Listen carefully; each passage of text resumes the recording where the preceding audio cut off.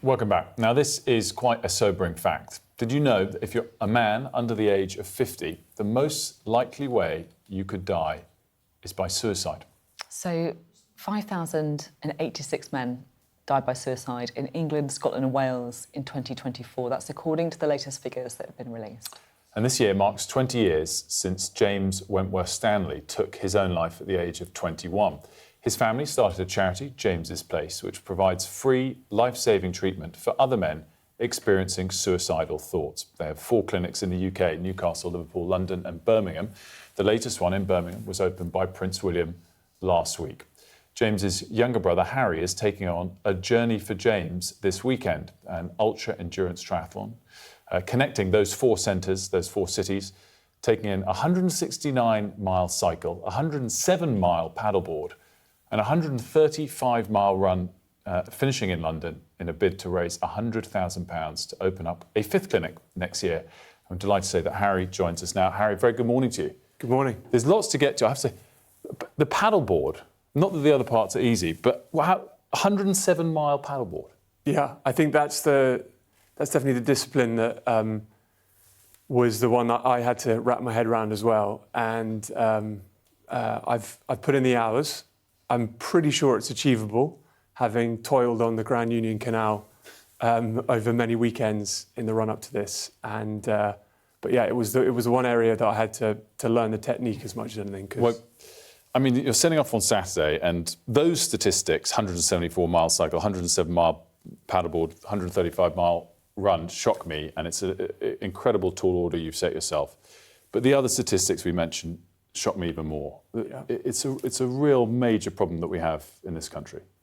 It absolutely is. You know, when we lost James, my brother, to suicide 20 years ago, we weren't aware that the thing that was most likely to kill him was himself.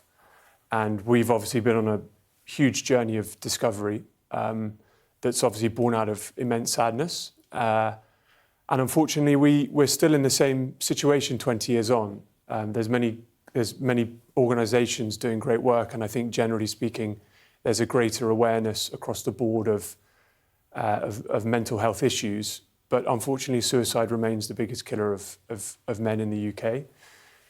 And suicide rates are at their highest level since the late 90s. So we are, you know, we at James's Place are doing some great work, and there are many other organisations that are doing exceptional things. But unfortunately, at the moment, it seems we're fighting a bit of an uphill battle.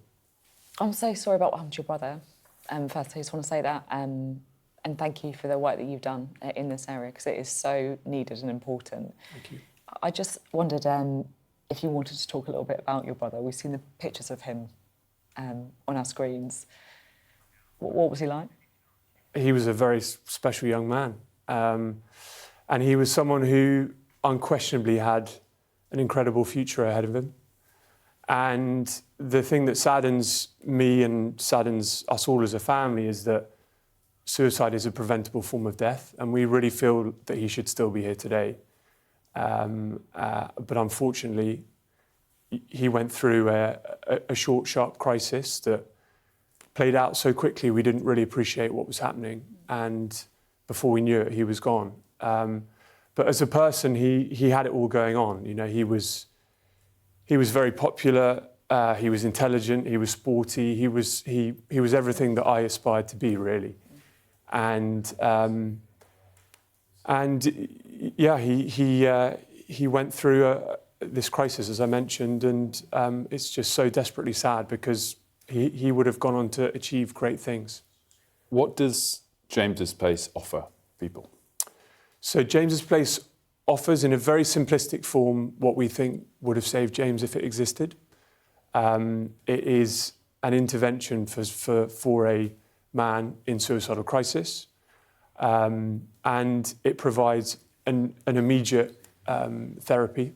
So when someone is experiencing a suicidal crisis, what currently happens is that they may, as was the case with James, they may be referred to A&E.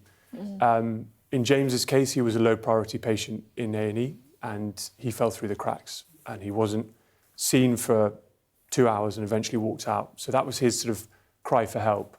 what we've tried to create is a service that that provides an immediate service. So we will see an individual within 48 hours of them being referred to James's Place. They may self-refer, they may be referred by other stakeholders. And then we will put them on a program of therapy, which will try to help unpack the reasons that they have found themselves in this crisis.